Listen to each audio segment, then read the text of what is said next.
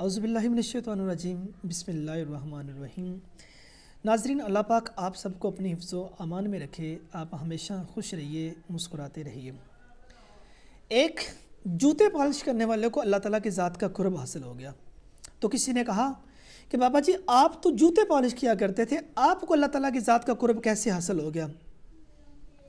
تو اس بابا جی نے بڑا خوبصورت جواب دیا، کہا کہ میں جوتے ہی پالش کیا کرتا تھا کہ میں جوتوں کو خوب چمکاتا اس لیے نہیں تھا کہ اس نے مجھے رقم دینی ہوتی تھی، وہ تو اس کے ساتھ متعین ہوتی تھی، وہ تو اس نے مجھے رقم دینی ہی دینی ہے، وہ تو اس کے ساتھ ڈیل ہوئی ہوتی تھی۔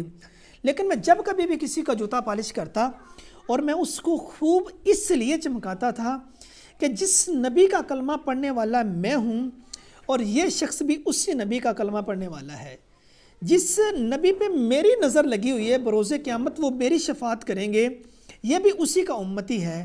تو اتنا کرنے سے مجھے اللہ تعالیٰ کی ذات کا قرب حاصل ہو گیا کہ جس نبی کا میں کلمہ پڑھنے والا ہوں یہ بھی اس نبی کا کلمہ پڑھنے والا ہے۔ اور وہ ایک فروٹ بیچنے والا تھا، اس کو بھی اللہ تعالیٰ کی ذات کا قرب حاصل ہو گیا۔ تو کسی نے کہا کہ بابا جی آپ تو فروٹ بیچا کرتے تھے، آپ کو اللہ تعالیٰ کی ذات کا قرب کیسے حاصل ہوا؟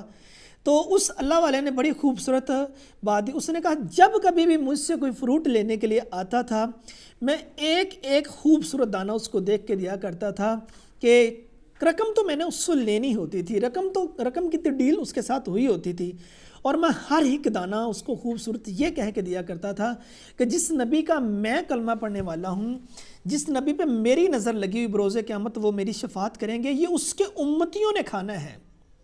اور ہمیں اپنا یہ مزاج پیدا کرنا ہے، اور ہماری مثال اس کے برعکس ہے، ہم اس کے متضاد ہیں۔ ہم ہمیشہ انسان پہ ظلم کر رہا ہے، وہ کہتے ہیں میں کس کے نام لکھوں، یہ جو علم گزر رہے ہیں، میرے شہر جل رہے ہیں، میرے لوگ مر رہے ہیں، کوئی اور تو نہیں پس خنجر ازمائی، ہم ہی قتل ہو رہے ہیں، ہم ہی قتل کر رہے ہیں۔ آج مسلمان کا گلا گھونٹ رہا ہے، آج ہم یہ سارے کام کیے جا رہے ہیں۔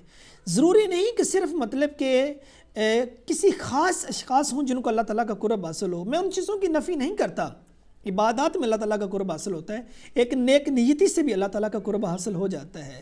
ایک بازار میں فروٹ بیچنے والے کو اللہ تعالیٰ کا قرب جو حاصل ہو گیا، ایک جوتے پالش کرنے والوں کو اللہ تعالیٰ کا قرب حاصل ہو گیا، تو صاحب نیک نیتی سے جو کام بھی کیا جائے اس میں نسبت اس آقا کے شامل کر لی جائے تو یقیناً یہ بات میں دعوے کے ساتھ کہتا ہوں اللہ تعالیٰ اپنا قرب ضرور انسان کو عنایت کر دیتے ہوتے ہیں، ضرور انسان کو عطا کر دیتے ہوتے ہیں۔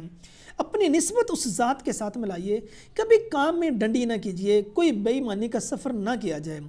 یہ بات نہایت یقیناً افسوس کے ساتھ کہنا پڑتی ہے کہ ایک روز ایک کریانہ کی دکان پہ میں گیا تو ان سے ہم نے چنا کی ڈیمانڈ کی کہ اتنے 40 کلو سے 80 کلو تک ہم نے وہ چنے لے کے جانے تھے، تو ہم نے ان سے ریٹ کے بارے میں پوچھا تو انہوں نے کہہ دیا کہ یہ جو ایک 40 کلو کا بند توڑا جسے ہم کہتے ہیں بوری پڑی ہے، یہ آپ کو اتنے روپے کی ملے گی، یہ توڑا جو آپ کو اتنے روپے کا ملے گا، یہ اتنے کا ملے گا۔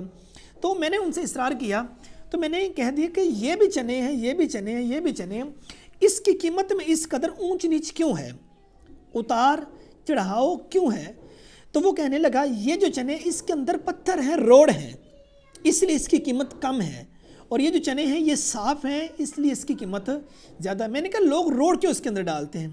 وہ کہنے لگا سر جی آپ کتنے بھولے انسان بنتے ہیں، کہتے جب کبھی ہم چیز خریدنے کے لیے جاتے ہیں نا، وہ باقاعدہ ہم سے پوچھ کے کہتے ہیں بتاؤ اس کے اندر یہ جو پتھر ہے یہ روڑ یہ کتنے کلو ڈالیں، 5 کلو 10 کلو، اور 40 کلو چنے کے اندر 5 کلو اگر کہتے ہیں ہم روڑ وہ پتھر ڈلوائیں تو اس کا ریٹ اسی حساب سے کم ہو جاتا ہے۔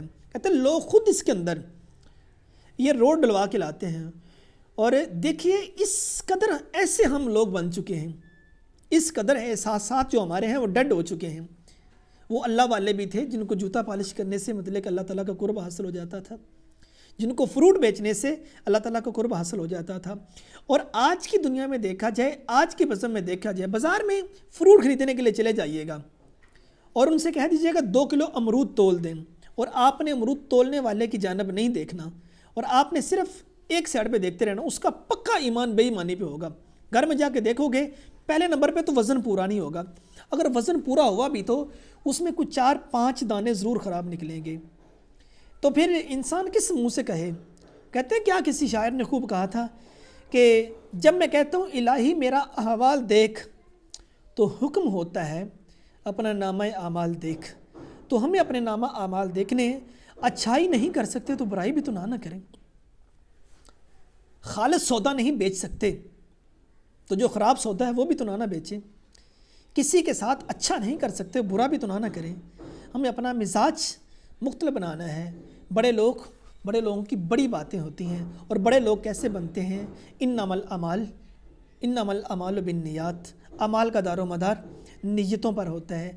نیت اچھی ہو تو ایک فروٹ بیچنے والے کو بھی اللہ کا قرب حاصل ہو جاتا ہے. نیت اچھی نہ ہو ساری رات سجدے میں پڑے رہنے سے بھی اس کا قرب حاصل نہیں ہوتا. اپنے آپ کو اچھا بنانے کی ہم کوشش کیجئے.